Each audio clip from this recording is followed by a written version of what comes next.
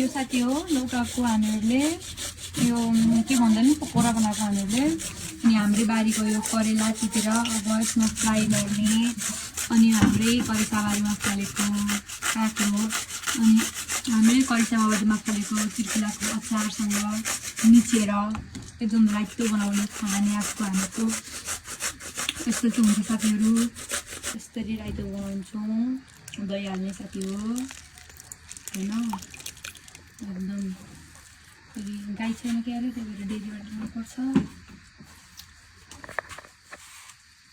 अब यसमा हामीहरूले पेस्ट गरेको तिर्कुलो खुर्सानी टिमुर अजिना